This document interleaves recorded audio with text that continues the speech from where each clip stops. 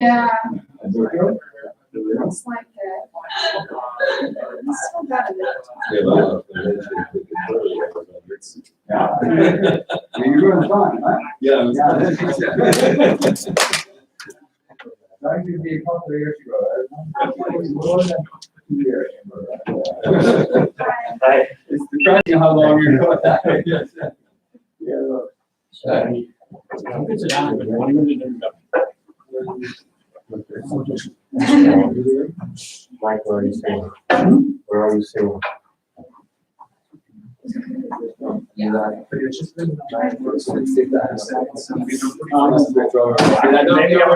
Don't worry about it.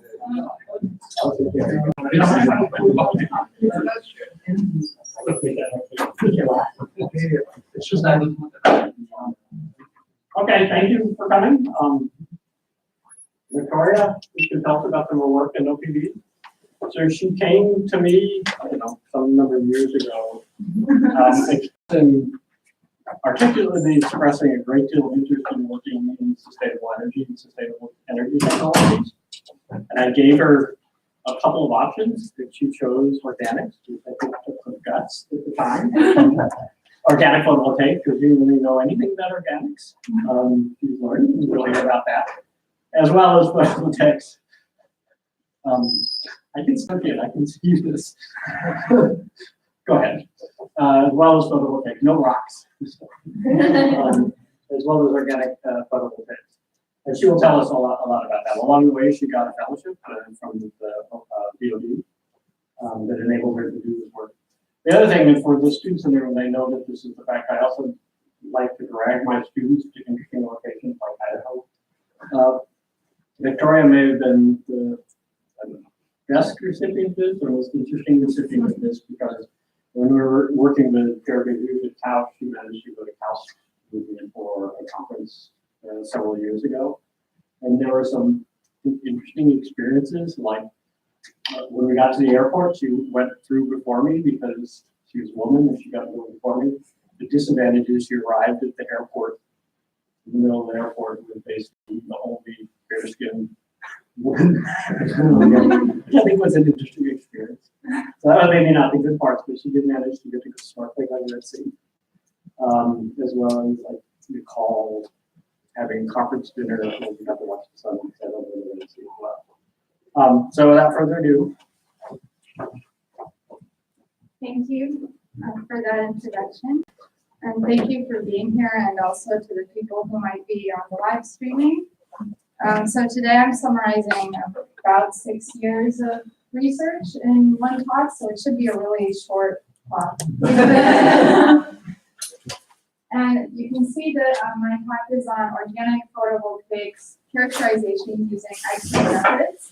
And if each of those words doesn't really mean much to you, then that's okay, because I'm going to introduce them one by one. So to contextualize this, we know that world energy consumption has been growing quite a bit. And in response to that, the carbon dioxide that's being emitted has also been growing. And you can see in this chart, this is carbon dioxide emitted over the course of time from different countries. And what's notable about this is that most of the growth recently has been happening in developing nations, which is all those nations above the black line. So this is important because I think everyone in this room will agree that carbon dioxide does have a profound environmental impact, and we need to mitigate the amount that's being released into the atmosphere. So this is one such plan that was put out in this Nature paper. And you can see in orange here, this line shows what carbon dioxide will be emitted if we continue with our current fuel mix. And the blue line shows what happens with the specific mitigation scenario. So this one's made out of making current plants more efficient, as well as adding a lot of different renewables.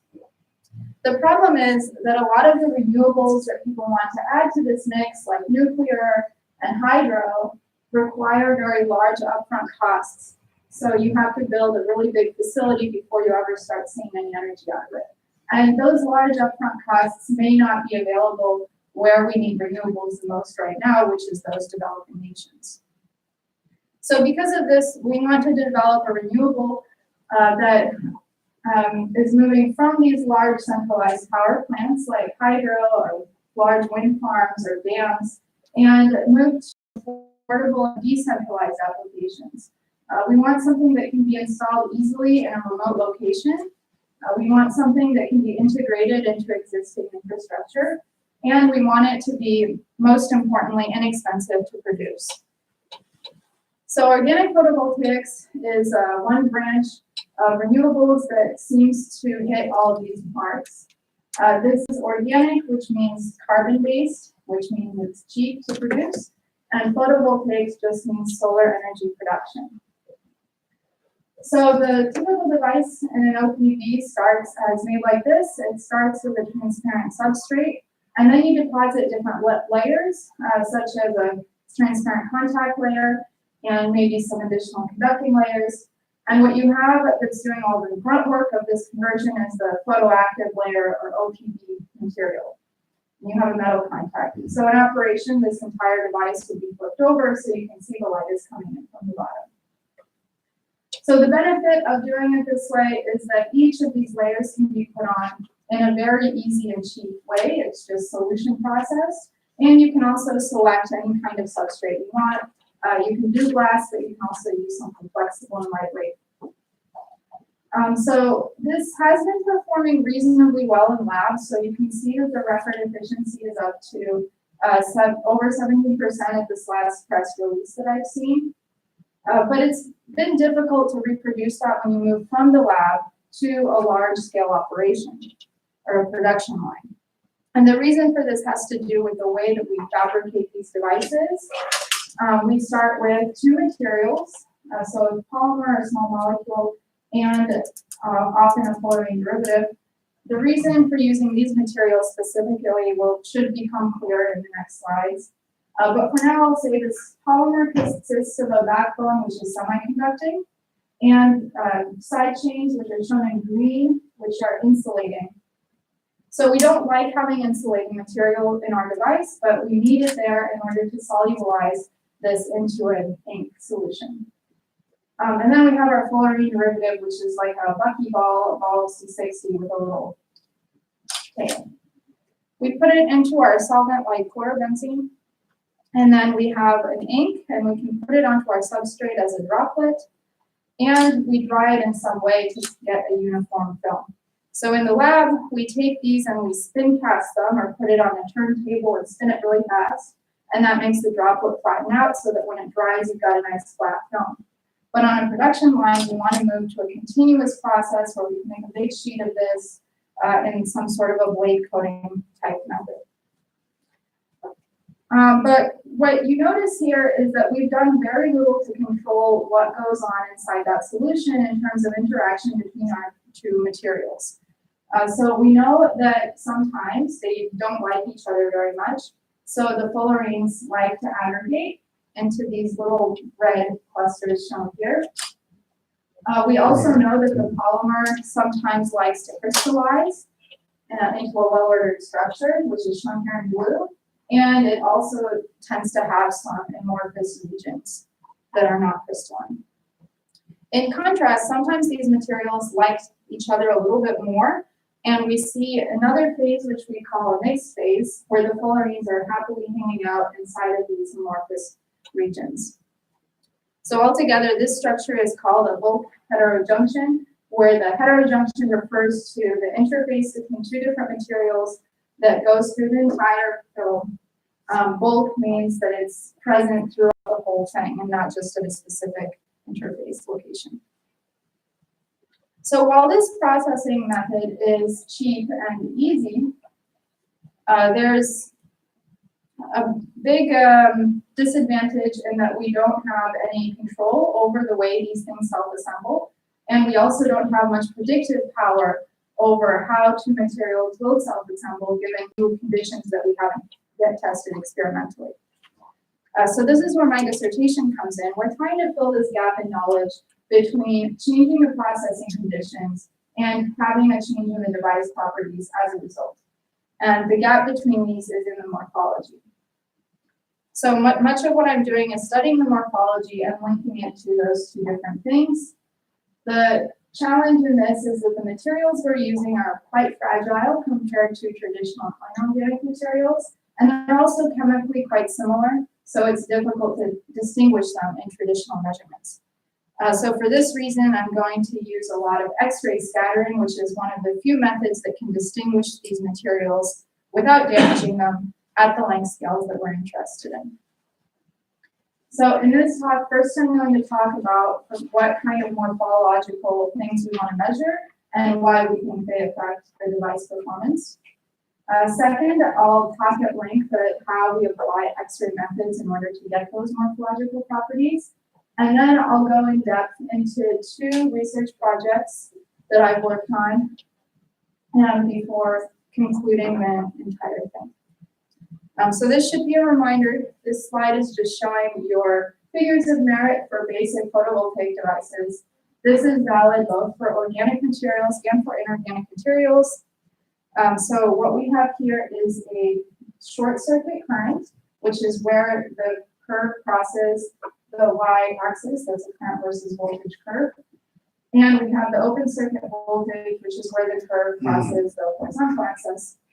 And then the third figure of merit is called the fill factor, and that's basically a measure of how close this device is to an ideal photovoltaic device. So an ideal device would follow this black dashed line, it would look very much like a square, so that at the point of that line, the power, which is the current times the voltage, would be maximized. But for our device, that maximum power point is slightly farther in, so we don't get as much power as we potentially could. So overall, the efficiency of this device is measured by comparing the output power production to the sunlight power that you put into the device, and that's related to these 3 factors of merit. We can also represent this as an equivalent circuit model for the electrical engineers in the room. I think there's maybe 2 of them. So here we have a current source, a diode that has current going in the opposite direction, and a couple of resistors. The series resistor is basically how well can current get to the contacts.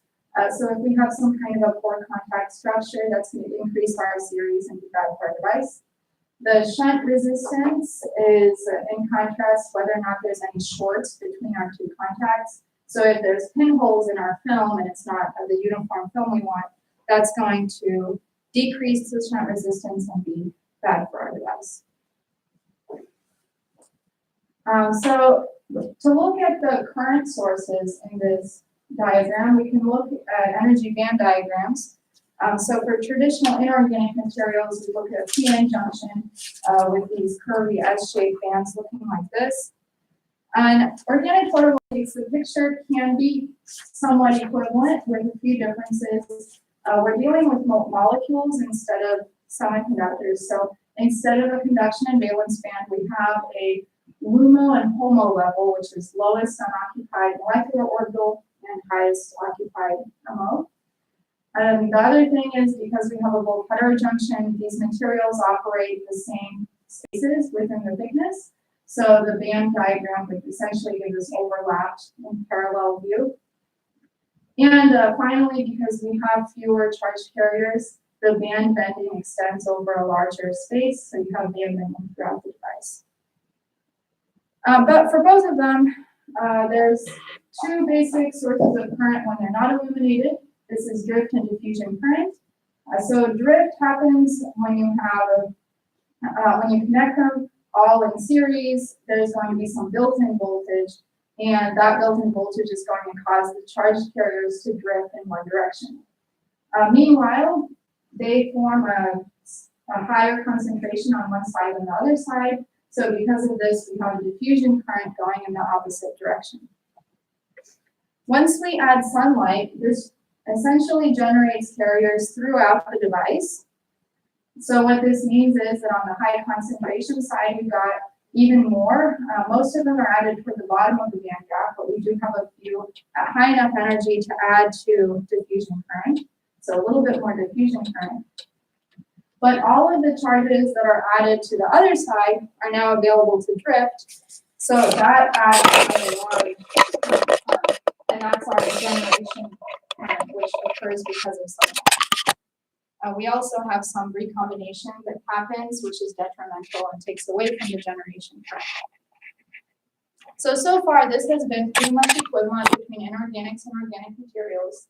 And in this slide, I'm going to talk about special things that we need to keep in mind for organic materials specifically. First, there's slight differences in the way generation and recombination works in organics.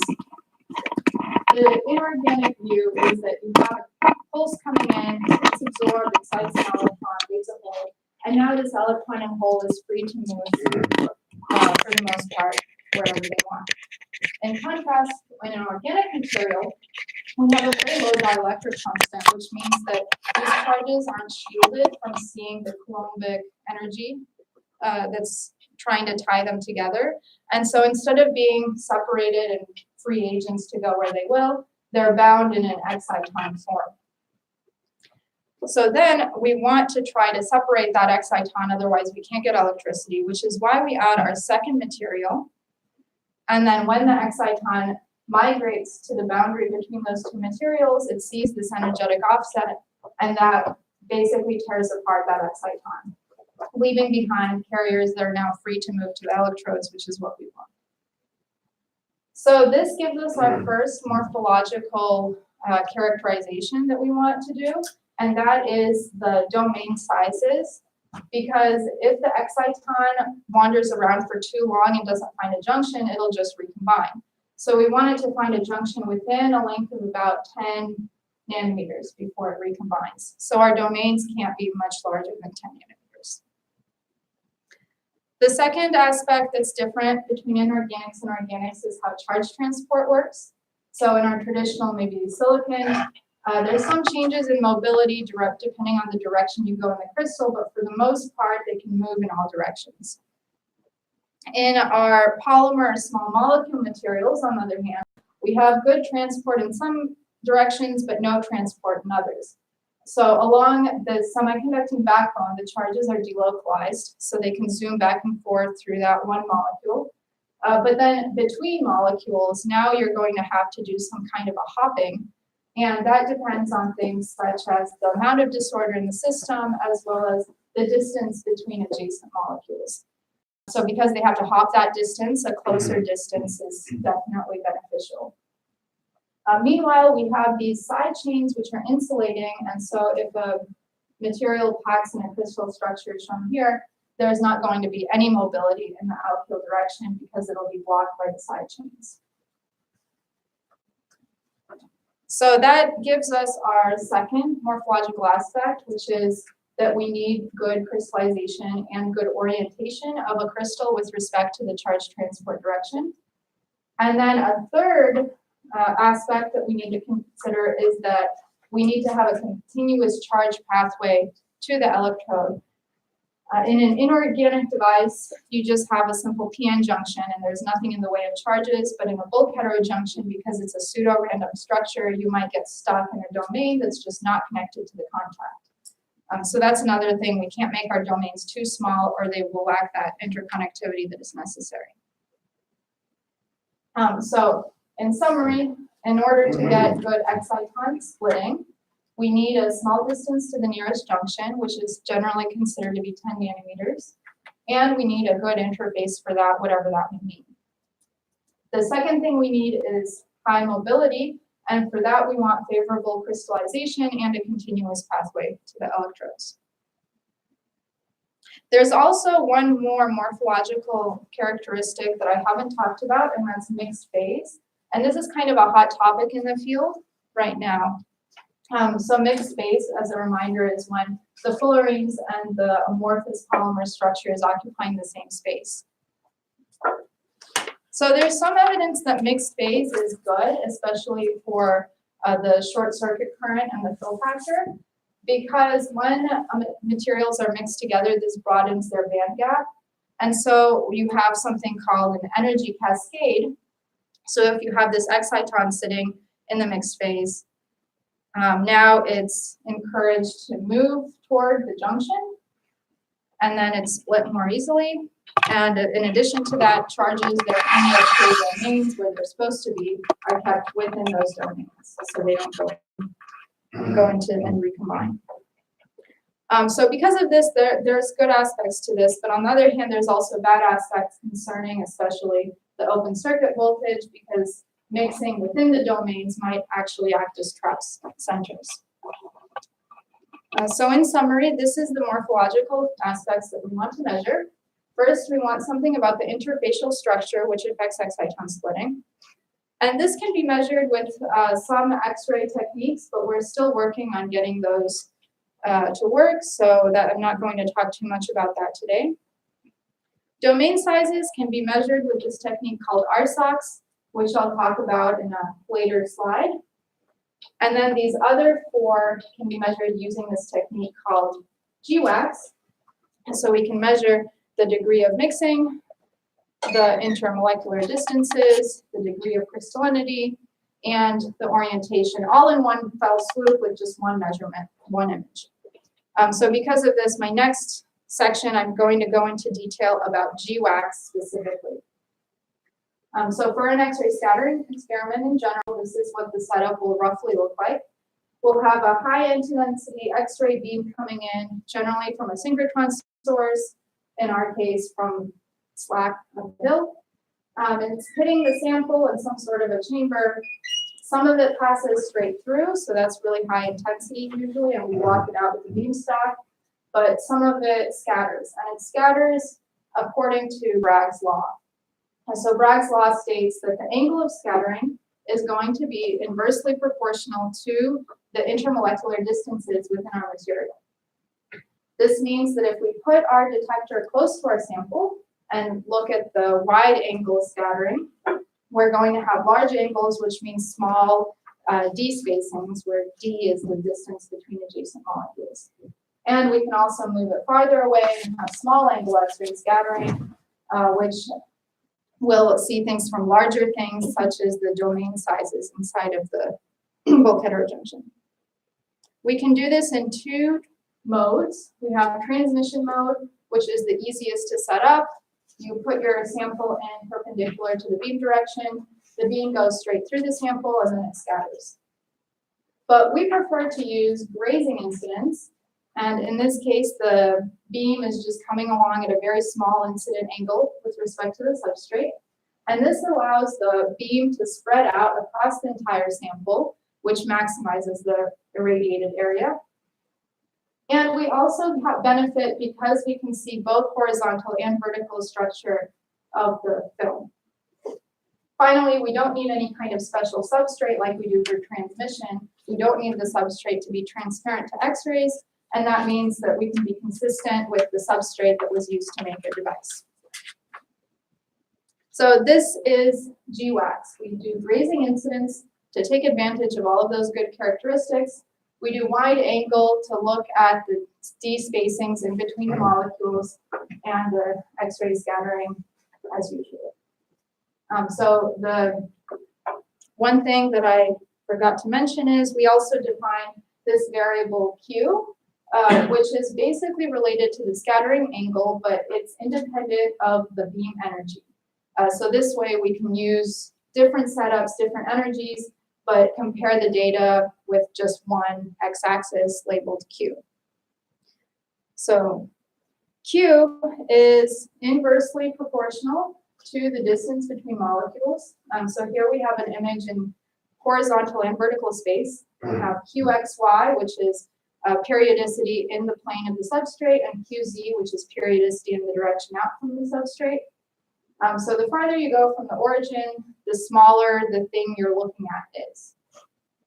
Then the angle at which the scattering is positioned around this, the polar angle, corresponds to in what direction your periodic planes are facing.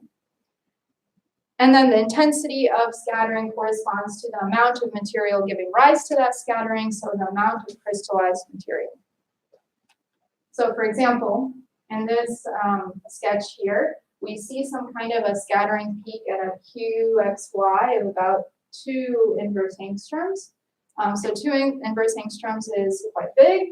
That means we have something small d spacing, and because it's along the x-axis, we know that that periodicity is in plane.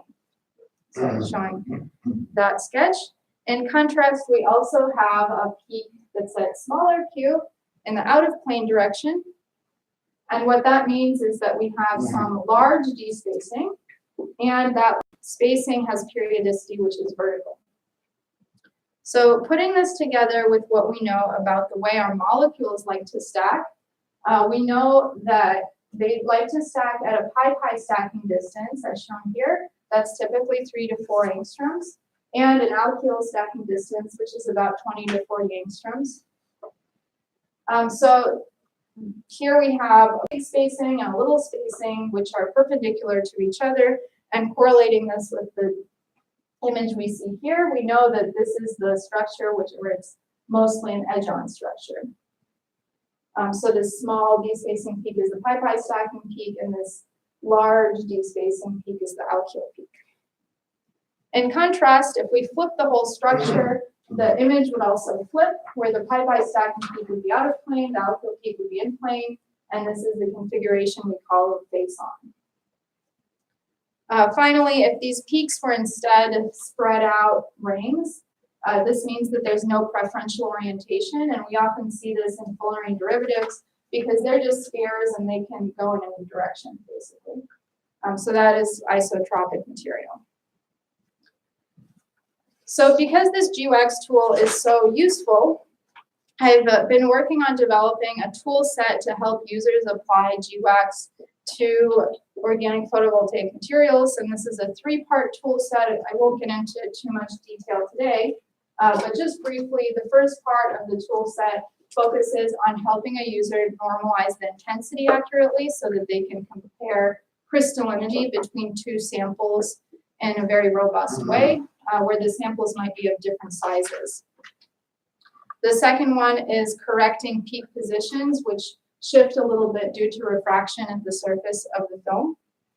And the third part is for highly crystalline materials, like especially small molecules. We might have a lot of different peaks indicating a very well-ordered structure, and we want to know more about the structure. So this is a toolkit to let the user input what they know about what their molecule looks like to get a structure that they can use. So now I've set up all the things we're going to use and all the things we're going to measure, and I'm ready to go into my first project, which is using thermal annealing on a neat and bulk heterojunction material. So this is the material I'm going to look at. We've got a polymer that we call PTB7, and the fullerene is PC71BM. And we know that we can produce a pretty good device with this material set. It has an efficiency of over 9%, which in our field is decent. And I wanted to ask what happens to both neat PTB7 and to the blend with fullerene when you do typical temperature annealing that's done in the literature, and also what happens at very high temperatures above that point.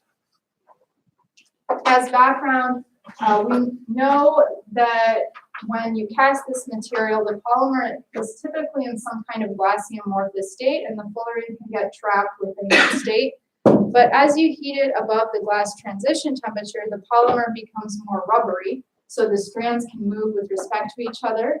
And this also means that the fullerenes now can migrate, and if it's thermodynamically favorable, the fullerenes will want to migrate into clusters, possibly.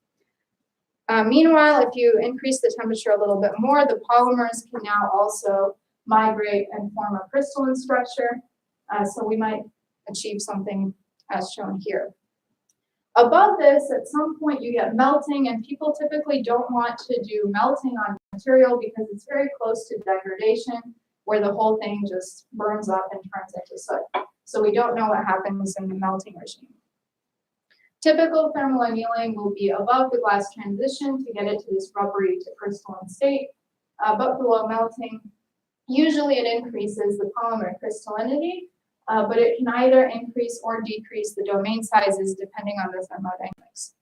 It can also be either beneficial or detrimental to a device, similarly, depending on how the device is not doing well.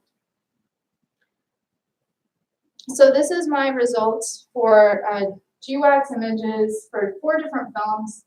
annealed at different temperatures. The first one is as cast, and then we have a 120 degrees annealed film, 260, and then 290, which is in the melt regime. We want to, so we can see we have a pi stacking peak in the outer plane direction and an alkyl peak in plane. This means that this is a face-on material. We want to measure three things going from this GWAX image. The first one is we want to measure the angular peak width because there's more spread in the angles of scattering. That means there's more spread in the orientation of the crystal. We want to measure the radial peak width as well. So that's the distance shown with the arrows, because we know that if it spreads out over more Q positions, that means there's more D spacings present. So a spread in D spacings means there's more disorder. And third, we want to look at the peak position. So what is the Q value actually? Because that's related to the intermolecular spacing. So in this set of data, looking at the first thing, the angular peak width of this pi stacking peak, we see that the black curve, which is as cast, has this low intensity peak here. The blue one is slightly higher, but the width doesn't change too much. But then the red and green curves for 260 and 290 degrees annealing are considerably narrower. So what this means is that there's less orientational disorder in the narrower peaks of the annealed films. The second thing, the radial peak width, we see a similar kind of thing happening. So the as cast and 120 degrees C annealed film have a wider peak, and then when you go above 260 degrees annealing, that green and red one have a narrow peak. So altogether, this means that annealing to 260 degrees and above will make our neat PTV7 material more oriented and more ordered, which is considered to be good for charge transport. So that's all pretty unsurprising so far based on what we know about how these materials function thermodynamically. But the third thing was a little bit surprising to us. When we measured the radial peak position of the pi stacking peak, we saw a notable shift between the Q position of that peak when you go up to 260 degrees annealing and when you go to 290 degrees annealing. So we can also track that in situ. The sample is in the beam, we're taking continuous measurements and we're heating it up and then pulling it down over increments. And what we see is if we heat it to 255 and go back, it's a fully reversible thermal expansion process.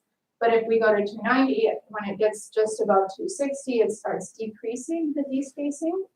And then it goes back and maintains that smaller D-spacing in the platform. So now we've also seen that annealing above 260 degrees will decrease the pi stacking distance. We think that this is generally good for mobility because closer distance means hopping is easier for molecule to molecule. So we definitely want to know why it's happening and get more information about that process. So to do that, I next did a mass loss experiment where I put my powder in a crucible and it's heated up slowly with a temperature ramp, and we look at whether or not the mass changes. So a change in mass would indicate some kind of a chemical change that's releasing gases. In my first experiment, I just did a continuous ramp, and what I saw in the mass loss curve in blue is that once it starts losing mass, it looks like there's two different slope regimes. And this is easier to see in this graph, where the black curve you can see has two humps. So this indicates that there's two different processes that are causing mass changes. So the next experiment I did was to ramp it to 290 degrees, hold it there for the length of time that we were annealing the films we saw previously, and then keep going with the ramping. And what I saw there was that this red curve, that first mass loss peak has been completely removed in that time period that we held it at 290 degrees. And it was removed without affecting the overall degradation peak, which happens here. And the other thing is that if you look at this blue curve, it looks like it's plateauing off, which means that this reaction is coming to completion with a total mass loss of about 10%. So this is quite interesting. We've got clearly some kind of chemical change that's happening, but it's not ruining our entire backbone. And I looked into the literature to try to figure out what could be going on and stumbled upon this concept of side chain cleavage, which has been sort of explored in some literature, though not very thoroughly. What the literature has seen is evidence of side chain cleavage with very similar measurements that we did. So as a reminder, we need these side chains for making this material soluble, but they are insulating, so we don't really like to have them in our finished film. So if we can remove them through annealing, we should be able to increase our mobility. In the literature, people saw also other advantages to removing side chains. In particular, they saw a decrease in the degradation of films after their side chains have been removed. And they also saw the decrease in solubility, as you would expect for removing the solubilizing side chains, which makes it easier to put more layers on top of each other. And this hasn't been used so much because it typically requires high temperatures, which are detrimental to the substrates you might want to use. But in one study, they saw that they could significantly decrease the temperature of thermal cleavage by adding a catalyst into the mix. And then there was also some attempts to engineer side chains to make it easier. So to get more information, I analyzed my material with the Fourier transform infrared spectroscopy experiment. In this experiment, absorption peaks basically correspond to different types of bonds in the material between different atoms or different lengths of bonds. So for example, a double bond would have an absorption at a different position than a single bond. So I saw a pretty modest change between my as-cast powder and powder that was annealed to 290 degrees. And I compared the two peaks that emerged during that process to known spectra for compounds that I thought could be intermediary compounds when parts of the side chains would start getting cut off gradually. And I concluded that there's two positions at which it's most likely that the side chain cleavage is happening, shown here, little scissors. And those positions, if you calculate out the mass of the side chain that gets cut off, that will be a 15 or 21% mass loss. Whereas we only see the 10% mass loss, really. So from that, I concluded that we are likely seeing side chain cleavage here. And I think that some byproducts of the side chain cleavage reaction seem to be remaining in the film and for whatever reason, getting stuck in the polymer matrix.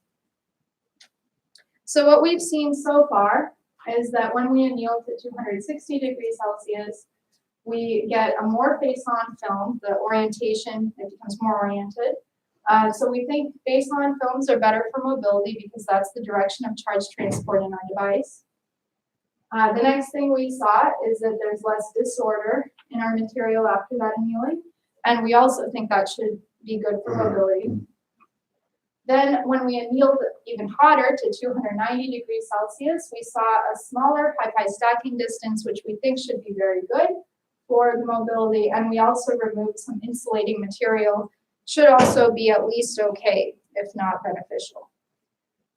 So to test these hypotheses, I asked my colleagues to help me do a space charge limited current measurement, which is basically measuring the charge mobility in the out of plane direction, which is what's important for our devices.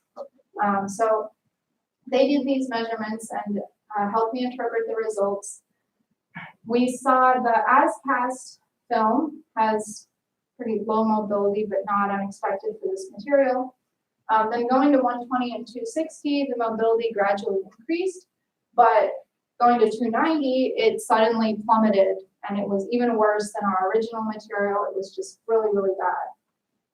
So my thoughts is that what we're seeing here is that those byproducts that have gotten stuck inside of this polymer matrix are acting as trap states or recombination centers where these charges are getting sucked into those and lost. So it's kind of bad news for my side chain cleavage, but on the other hand, it has good implications toward the field in general, because now if we know that we're dealing with the byproducts, and this is why our side chain cleavage isn't working, we can now develop methods to get rid of those byproducts and get that great mobility that we expect. These are expected to be small hydrocarbons, so they shouldn't be very difficult to wash out, and we might be able to design some kind of a wash where we swell the material and they come out and we just put it back the way it was without them. So this is all very interesting, but we really need to extend this to blend materials, which are what devices are actually made out of, in order to make sure that this has implications to devices. So to do this, I looked at some GWAX measurements, and I looked at the pi-pi stacking peak position with the polymer at the same annealing temperatures. And again, I saw that shift in the pi-pi stacking peak position. So that's good. It implies that the side chain cleavage is happening still, even though we now have fullerenes in there. And my colleagues at the University of St. Andrews also sent me this data, which is a time-resolved photoluminescence curve. Basically, this experiment shoots a beam of light at your sample, a short pulse, and looks at the decay of the photoluminescence coming out. So you have this device unconnected to anything.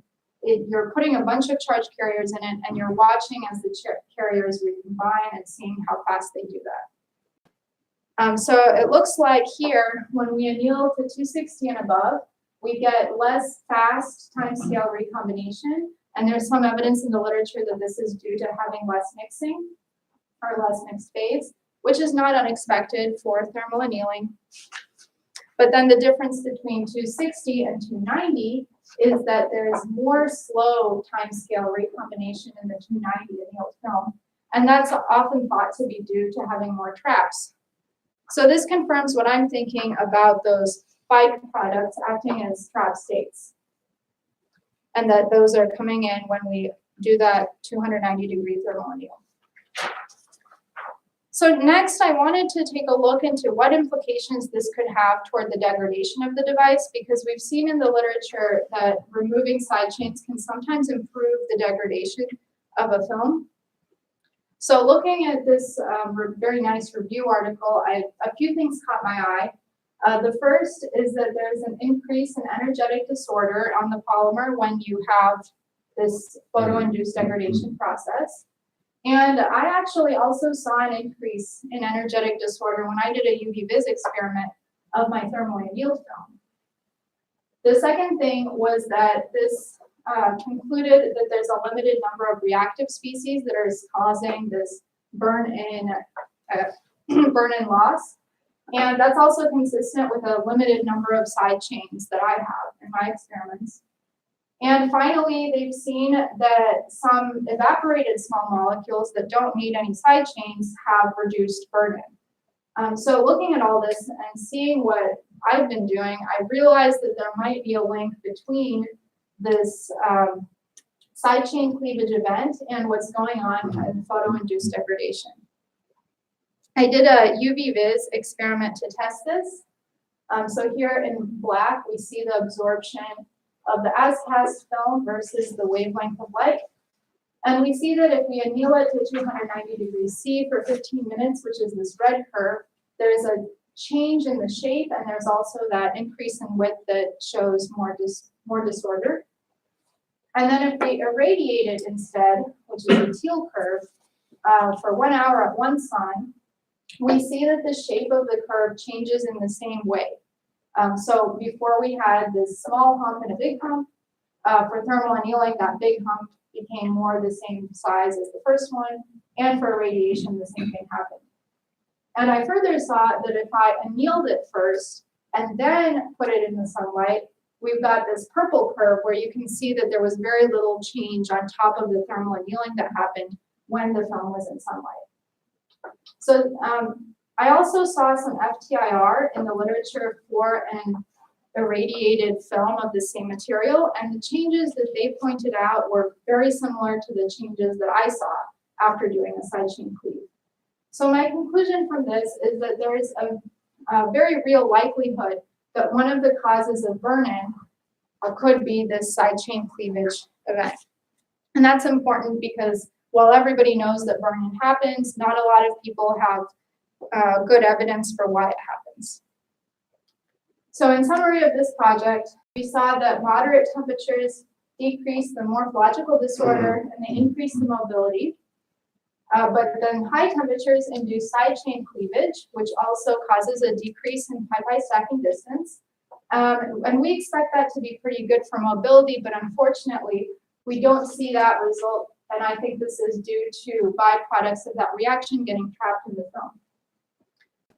But it may be possible to get rid of that with some kind of a wash step. Also, I saw that side chain cleavage may be one of the primary factors that's going on in burn-in degradation. So this is even more important now because that same wash step might be useful for burned-in devices to get them back to the efficiency that they used to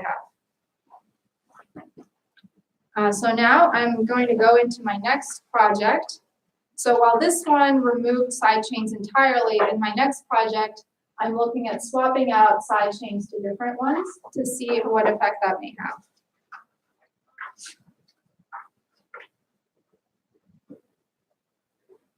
So this is the materials that I'm using in this experiment. We have this polymer backbone, which is called PBDT-TPD, which I've said far too many times in my life at this point. And we attach different side chains to them. So there's 3 different types of side chains, and we attach them in different ways. So there's 2 attachment points on that backbone, R1 and R2. So we've seen there's some literature on this exact material set, and they've seen that the efficiency can change by up to 4 times just by changing the side chains. But we know that side chains are optoelectronically inactive because they are insulators for the most part, which means that just changing a side chain will only change morphology without changing anything else. And now we can isolate what the morphological effect is doing. So we want to ask, how did the side chains alter the morphology? And we also want to know what is the target morphology that's making our good device perform well. So the nice thing about our material set is that we filled in this table of R1 and R2 options. On R1, we can either have C14 or 2EH. On R2, we can have C8 or 2EH. And we mix and match. We have the full set. So this is the device parameters that were measured by my colleagues at KAUST. And to do this measurement, we just have a solar simulator set up, and we measure the current versus voltage curve to get those 3 factors of merit as well as the final efficiency. So you can see the best one is performing at just over 8%, which is pretty decent. The 2 after that are both around 4%, but then the worst one is at 2%. So that's a really large difference in efficiency between these devices. From these measurements, we see that there's a difference in the open circuit voltage when R1 is changed from 2EH to C14. It looks like VOC goes down, but the literature on similar materials, the same materials in devices, have not shown that same result. So I'm not totally convinced that that's a real thing. So the next thing that we wanted to measure was the domain sizes to compare what kind of effect different side chains have on domain size. We're doing this using this RSOX method that I mentioned earlier. RSOX stands for resonant soft X-ray scattering. Resonant means that we've tuned the energy of our incident beam to a position where contrast between the 2 materials is maximized. Because otherwise these materials scatter very weakly, so we wouldn't get a good enough signal. And then soft means that we're moving to low energies, but because we're using the Q parameter that takes that into account, we can convert it directly to B spacing anyway. So the Q region that we are looking at corresponds to length scales of between 10 to hundreds of nanometers. And this length scale, we're not looking at periodic crystalline structure anymore. We're not looking at like, oh, molecules are packing like little soldiers. We're looking at these domains which can be weird shaped and kind of random in their distribution. So because of that, instead of having clear and clean scattering peaks, we have more subtle patterns, and instead we talk about like, oh, there's more intensity on the high Q or less intensity on the low Q. So this is actually the raw data from our scattering experiment. We do it on a 2D image to maximize intensity and integrate it around, and then this is the result for 4 different side chains. What we like to do is subtract off this line from the log scale, which is the Q squared line, and plot it like this instead, because now we can actually see differences without having to make it huge. So now we are ready to analyze this, and we see that domain size seems to be mainly controlled by the side chain at the R2 position. You see that the black and the blue curve look quite similar, and then the red and the green curve look quite similar, and those 2 pairs between them share the same R2. So first, looking at the blue and the black curve, we see a prominent scattering hump at about 10 to the negative 2, and that corresponds to a domain size of about 30 to 50 nanometers. So if you'll recall, our exciton diffusion length was about 10 nanometers, which means that with domains that are much larger than that, a lot of the excitons generated don't reach a junction in time and just recombine. So that's not a very good thing. Our excitons can't reach the junction. I'm sorry, can I just? Yeah. So the 1 over Q squared, this is the high Q limit of phi function, or what is the just? The Q squared? Yeah. So Why did you isolate that particular power law scaling? so that also has to do with how crystallites grow. I've heard, and this is often published in the literature, but it can be misleading. So we try to avoid publishing it where we can. Right now, I'm just doing this scaling in order, it basically just takes this whole curve and shifts it down, just so that you can more easily see differences without this chart having to be like the size of the screen. No problem. I just wanted to understand. Yeah, it's not, that's actually a really good question that we've been wrestling with. And in the literature, you will see IQ squared plotted with little explanation. So that's a good question. So we've seen this hump and the blue and black curves indicating a too large domain size. Then these red and green curves, remember the red one is the good one, they've instead got this hump at a larger Q, which means that it's a smaller domain size and it's right in the 10 to 20 nanometer region that we want to see our domain sizes. So that might be part of the reason that the red one performs so well, though it doesn't explain why the green and blue curves perform very similarly. So to get more information about the side chain action, I also did a whole set of GWAS experiments, and I did similar analysis to what I showed in the PTB7 section. In the interest of time, I'm not going to go through that wealth of information, but it is published now online, history of materials. But the one thing I want to note is that we saw that the highest performing film, 2EHC8, had the most face-on structure and also had the highest crystallinity of all of them. So those are 2 parameters that we think increase the mobility, and indeed it looks like they're leading to a better film. But what I do want to spend a little more time on from this project is to talk about how we're measuring mixed phase and then give you results of mixed phase between the different side chains. So this is the theory behind this. If we have no mixed phase material, all of the fullerenes are in these like little aggregates, which means all the fullerenes give rise to some scattering. And we know at what Q position that scattering is. In contrast, if we have some fullerene going into a mixed phase, it's no longer aggregated, so that portion of the fullerene doesn't scatter. So if we change the amount of fullerene in our material and there's no mixed phase, then the fullerene scattering intensity will just be linearly related to the volume fraction of the fullerene. But in contrast, if we do have mixed phase, this relationship will fall under that line because some of the fullerene will no longer be scattering. So what we want is to measure scattering intensity from a series of blend ratios to get different points along this line. So for example, we can start at 10-0 or a neat polymer, and then we can add more points. We should definitely include our optimized device point.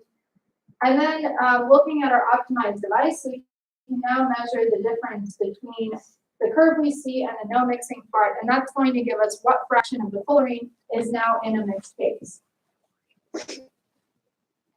So here are my results for my polymer with different side chains.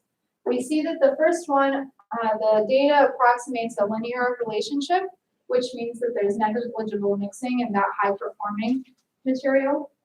And then the other ones have different amounts of mixing, up to about 40% in the green film. So the amount of mixed phase varies, notably putting the C14 on R1, which is these last two, gives the most mixed phase. So the C14 is this long 14 carbon strand, and it basically allows the polymer to mix in more finely with the chlorine. So we also saw some other things from the GWAX that I didn't have time to mention here, but we did see that a larger side chain will increase outfill distance, while a branch side chain increases the pi-pi stacking distance. We saw that making the R1 side chain larger contributes to having more mixed phase. We saw that making the R2 side chain branched makes the film have larger domains and a lower degree of crystallinity as measured by GWAX. And we could also conclude that our 2EHC8 material, which is our best one, wins because it has good morphology on a variety of fronts. So first, we have the small 10 to 20 nanometer domain sizes that we think is good for exciton splitting. Second, this one has the highest degree of crystallinity of all of them, which should be good for mobility. This is also the most face-on film, which should be good for mobility in the out-of-plane direction, which is how devices operate. And the interesting thing was that even though this material performs quite well, we didn't have any mixed phase. So we didn't rely on that energy cascade in order to help split our excitons, and we still got good performance. So the next aspect of this project was to look at the morphology of this high-performing system in greater detail. And in the interest of time, I'm not going to go through all of the experiments that went into this, and I'll just say that we measured the domain sizes with varying blend ratios and the orientation of the crystallized material with varying blend ratios. And also took some literature results into mind, and we concluded that the polymer has a strong preference to self-assemble into these 10 to 20 nanometer aggregate sizes that are good for exciton splitting. And we concluded this because we saw that domain size was present, whether we had a small amount of polymer or a very large amount of polymer in our film. We think that these aggregates are creating a fibrillar network during casting, which allows for interconnectivity to the electrodes. And we think also that this self-assembly may be key to preventing the formation of a mixed phase. So in summary, this is the big takeaway from these two projects that I've talked about today. From the first one, if you'll recall, the thermal annealing of PTB7, we saw that we can thermocleave the side chains of a standard material used in OPV without doing any additional modifications. We didn't have to change the side chains or add a catalyst or anything, and we still got that side chain cleavage. But more importantly, we saw that the side chain cleavage may be important toward the burn-in process. And that's something that a lot of people are trying to combat right now. So starting from the perspective that side chain cleavage may be the cause of burn-in, suggest strategies in trying to mitigate that and how to get back the efficiency you started with. In the next project, I did a deep dive into modifying the side chains, and I saw a lot of pretty interesting things that could help develop design rules. Most importantly, I saw that the targets are 10 nanometer domain sizes, high crystallinity, and face-on orientation. So that was all pretty expected from what we know in the literature. But what was perhaps not so straightforward was that mixed space seemed not to be necessary in these materials to get a good device. Meanwhile, for the domain formation of this device, it looked like the self-assembly into 10 to 20 nanometer size crystallites could have been key in getting all these other good properties. So in conclusion, I'd like to thank my collaborators on these two projects that I've talked about today specifically. So for the PTB7 annealing project, a lot of it was done with this I4 Samuels group at the University of St. Andrews. And I also had a lot of help from Leif Purvis, who we had on loan for about a semester from the University of Minnesota. And then for the PBDTTPD GHC8 project, this is the collaborating group that is synthetic chemists from KAUST. It's Pierre Beaujeu's group, and they did basically made the polymers. They even made some films for me, and they also helped by contributing their device measurements for that. I'd also like to thank my collaborators on all the other projects that I've been able to participate in. So we have a lot of really powerful techniques up at SLAC, which attracts a lot of collaborations, and it's great to be able to work on lots of different projects, not just my own. So you can see we've been working with people all over the world and characterizing morphology for them and having a place in their publications. And I'd also like to acknowledge my mentors as well as my coworkers at SLAC, especially Mike, who has always made time to talk to me and help me understand very basic concepts, even though he's very busy for that sort of thing. In addition, Chris and Alex were postdocs when I came in, and they were helped me get on my feet, so to speak, taught me how to use a wet lab again, and I hadn't used one maybe since high school, so that was helpful. And Chris, I had a lot of great discussion with. Han Ping and Zhao Dan taught me to do RSOCs, so we had a lot of fun with them up at the ALS. And then, like, as I got older, I needed less mentoring and more coworkers, so these are people that have come in since then. I also like to thank my committee members. Mike gets a second thank you.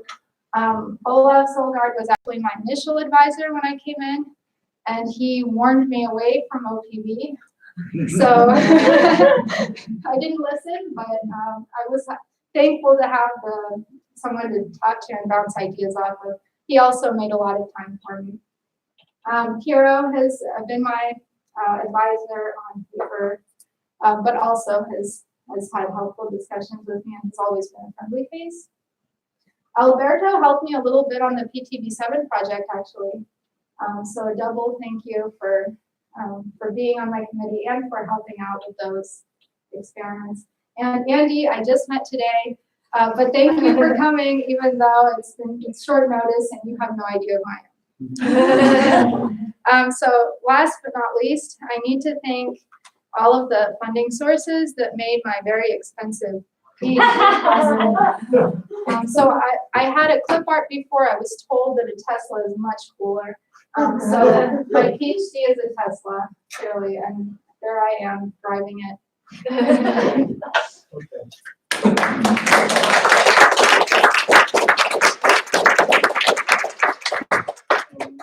Time for a couple public questions. There are any? So I was just wondering about the relative thermal stability of these smaller molecules that get cleaved off. Would you just hold it like 290 longer and burn them out? So small molecules. Or what you chop off during the side chains that get cut off. So they're kind of like trapped in the film. Oh, I see. Like, does the stuff that remains behind maybe just need some extra thermal time to... It's possible. I think that someone has seen the thermal degradation has burn-in degradation has gotten bad, but then gotten better again. I heard something about that. So it might just be a matter of time, but I think that the best strategy would be to like solvate this out somehow. But I didn't work on that. I had a lot of other projects that distracted me, unfortunately. Other questions? Yeah, sort of a related question. I think in your mass loss, you mentioned that you did it on the powder versus the film. Like, would that have been a good way to like directly test the stability and how you could burn out those extra side chains? So like, would there be a difference if I did a film versus a powder? Yeah. So I'm not sure. I don't think there should be because it's a neat material either way. The reason I did powder was just because of the way TGA needs a lot more material to work. I'd have to be like scraping off hundreds of films in order to get enough. But I don't think it should make too big of a difference because it's a solid either way and it's a neat material both ways. Could be a different crystallization though. Other questions? Actually, very technical question, but I'm very interested in your MATLAB software for analyzing material mass. So I was wondering, like, have you ever used the same system to other molecules before? For analyzing other molecule systems, Like non-organic molecules? like different types of organic molecules. Well, I've used it for a wide variety of small molecules that are used for OPV. And I did something similar for VOPC, which is it's like a blood hemoglobin type looking thing where it's a square. But it's just basic principles for the crystallization structure. And you can do that with a variety of software packages, but the reason I did mine is because you're going to have a unit cell that comes out of it, and the unit cell, there's infinite ways to draw a unit cell for a material. So we want to force the program to draw it in a way that makes sense for our molecule so that our distances in our unit cell correspond to like a pi stacking distance and an alkyl distance, as opposed to just some random thing. Okay, other questions? Okay, so let's.